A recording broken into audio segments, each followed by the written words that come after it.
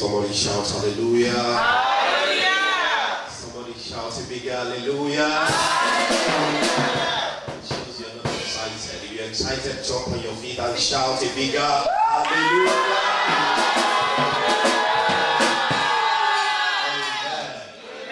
Let us be seated. It is my pleasure and a great privilege to be standing before the children of God, and I want to thank the leadership of my father in the Lord for the privilege given to me to minister the word this morning. And I believe that this word is for somebody. Who is that person? Shout hallelujah. Amen. We're going to be talking on separating the goats from the sheepfolds.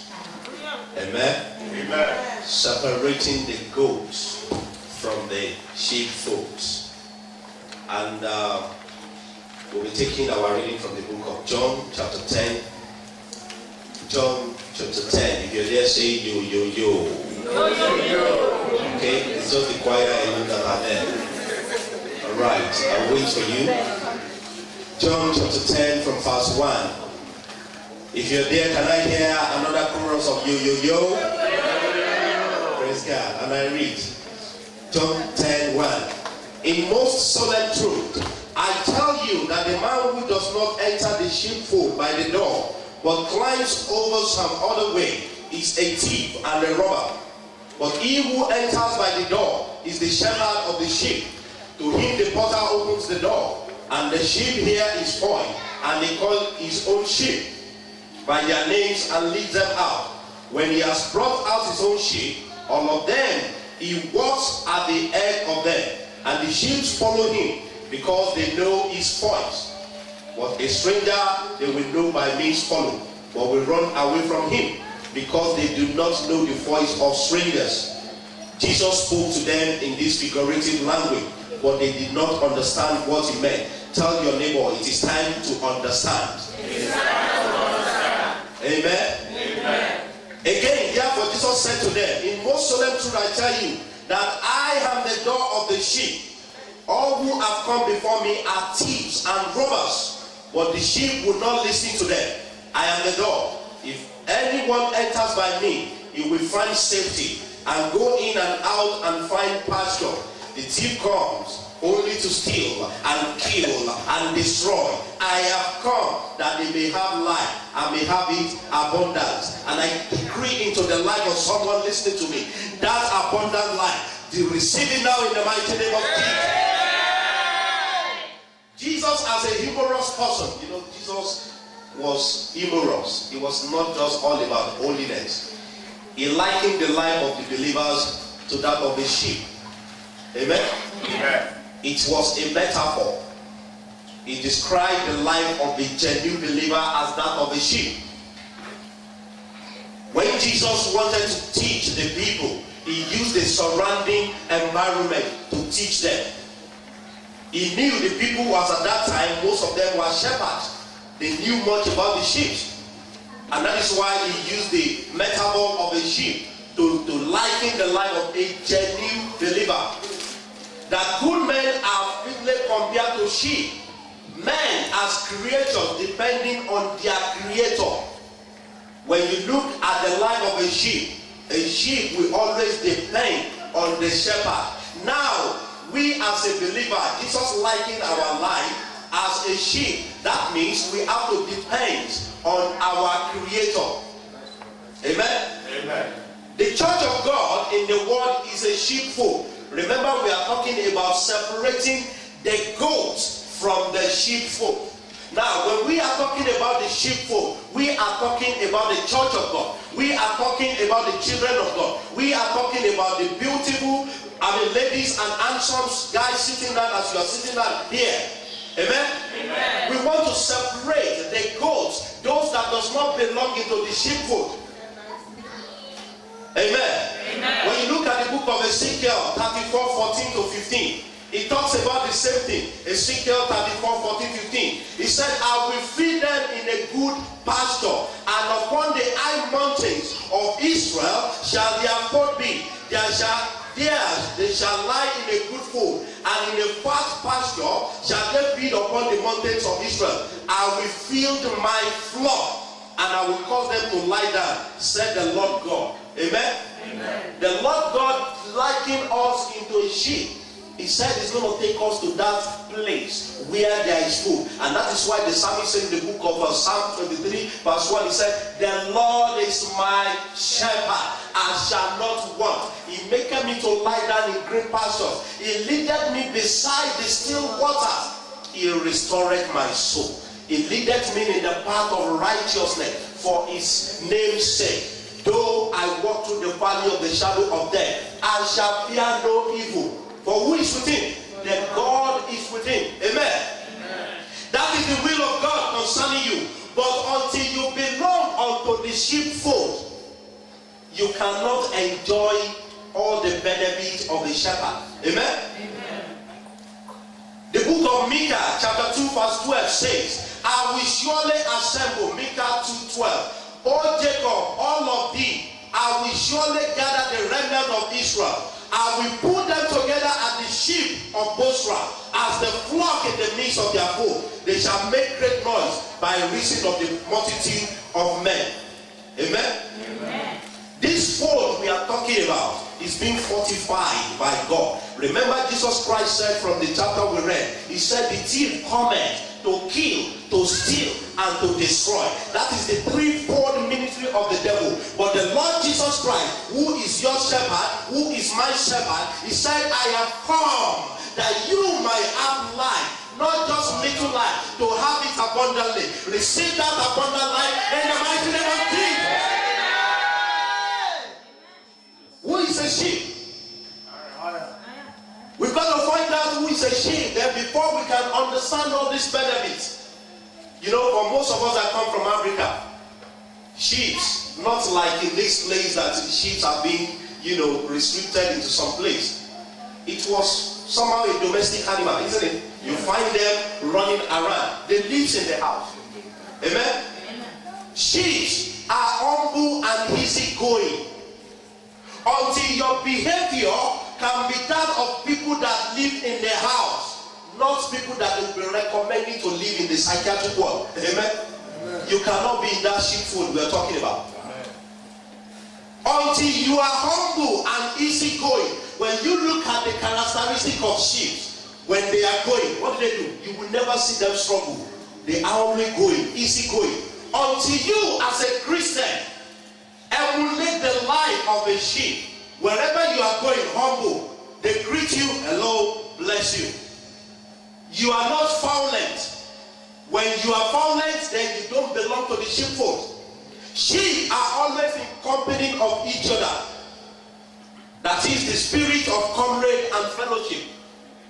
When we're talking about the kingdom this morning, until you become, we become united together as brothers and sisters. Because I can't imagine a sister or a brother we have, like our teacher said, 300 pounds in his pocket, and this is your brother and your sister that looking for 10 pounds just to top up his oyster card, and you said, oh, look at God. God knows I don't have that money with me. Amen. Until we come together united. The Bible says in the book of Acts chapter 2 that the brethren, they come together in one accord. And all of them, they sold everything they had. Amen. And they begin to share it together for those people that have it. Until you have that spirit of comradeship, that spirit of companionship, you cannot be part of that sheepfold. The sheep have no heart to fight with. Amen. Amen. Have you seen the sheep with horn before? But most Christians, their horns is as long as that of what is it? Amen. Until you cut off the horns on your head, because what is the is meant to fight, to cause trouble. Amen. If you want to be part of this sheepfold we are talking about, every horns you might have grown, either from Africa or from wherever you are growing, you cut it off. And the sheep are always obedient. Know and hear the voice of their master. not only they don't have horn, obedient is their motto. Obedient is their policy. When they say to the sheep, go there, where do they go to? They go there. When they say to sheep, sit down there, they sit down there. When they say the service starts 10 o'clock, the sheep is always there 10 o'clock, not 10 minutes after. Amen. So if you have been coming to church anything after the stipulated time, I don't want to think you are a sheep. Because you are saying, well, that is pastor's time. I have other things to attend to. Amen? Amen. Sheep are dependent. Some animals can come and try without any close supervision. Not sheep. They are very dependent on their shepherd. They cannot live without him or her. The moment you are beginning to tell God, or you begin to tell your pastor that, look, I can handle my case by myself. You have some people, why they are not in church, say, oh yeah, I'm running around to do some other things.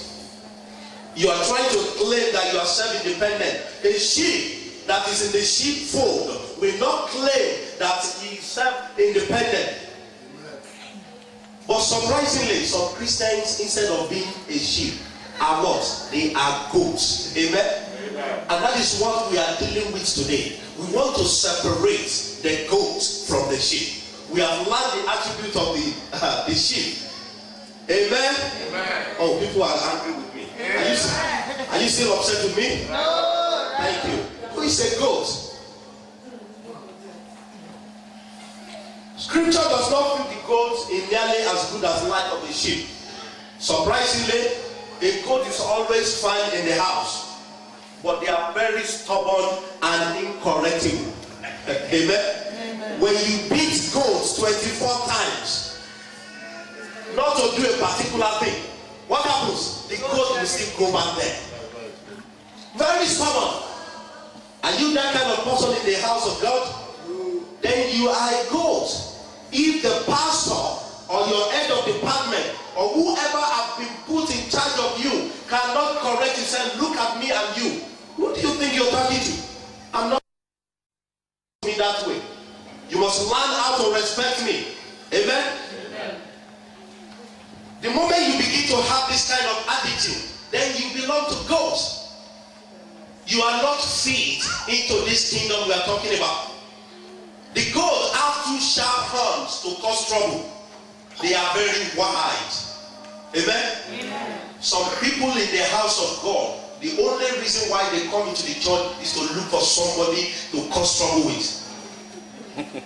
They are the one that they step on your toes. Are you blind? Can't you see you step on my toe? Look, my own Christianity does not take nonsense. I will put my Bible down. Let's face each other, and I will give it to you. If you have that kind of attitude, you are nothing but a goat. Amen? Amen. When they correct you, sit down there. Who does this man think he is? Asking me to sit down. Can't you see me? In fact, in my own house, I control this. No, we know that. You have a lot of servants that are working for you. But as long as you come into the house of God, we are all the same thing. Amen? Amen. Working for the same master. They are ready to fight and cause trouble with their horns all the time. And another thing that we need to know about the goats is that they are symbols of deception. When you see people that are goats in the church, they are the one that deceives. They do everything they want to do with eye service. They want the praise of the pastors. They go around telling, Sister Rebecca, I was fasting yesterday. Hey, you see Brother John and Sister Hannah together. I don't know what they were doing. But the place they were, it was very dark. What do you think they were doing there? Amen? Amen. Deception. Let's look at Genesis 27:9. Genesis 27:9. If somebody is there, read for me, please. Genesis 27:9. Hello? Genesis 27:9. 27:9. Yes. Said, go now to the flock. Go now to the flock. And bring me from there. Bring me from the flock. 2 choicest kids. 2 choicest kids Of the goat. Of a goat. And I will make savory food. Okay, go to 16, please. Verse 16. Yes. And she put the skins of the kids of the She goats put the skin of the kids of the goats on his head. on his hand. Sit down, please. We all know that story. The mother used the skin of the goat to deceive the father. That the father said, this voice is the voice of Jacob, but the body is the body of Esau. I mean, how would I believe this? They deceived the father. They used the goat to deceive a man. So when you are in the church, you come around with that deceptive spirit, then you belong to goats. Now let us look at Jesus' view on the sheep and goats. Open with me to Matthew 25. Matthew 25, 31. I hope you are not upset with me. Matthew 25. Jesus said, well, when the Son of Man comes in his glory and all the angels with him, then will he be seated in his glory. Jesus is still coming and we are waiting for him. He said when he comes and he sits in his glory, he is ready to judge the world. What is he going to do? And before him, all the nations will come together. Both all the Christians in the United Kingdom, in Israel, in Afghanistan, Arab, Nigeria, Ghana, Ethiopia, and they will be parted. And before him, all the nations will come together, and they will be parted one from another. Did you hear that? They will be parted from one another, as the sheep are parted.